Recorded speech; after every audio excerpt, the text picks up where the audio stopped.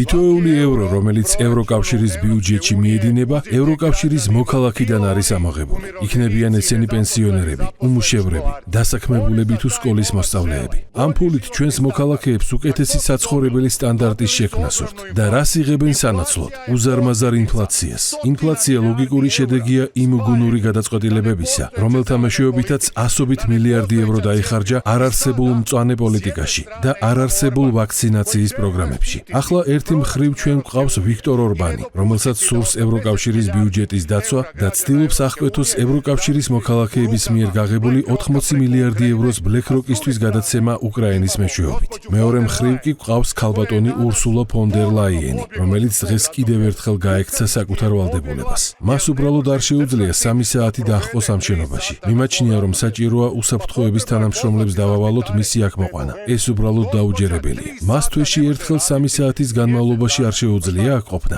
ეს სირცხვილია. გამოიწერე და გაიგე ამბები ლიბერალური ცენზურის გარეშე.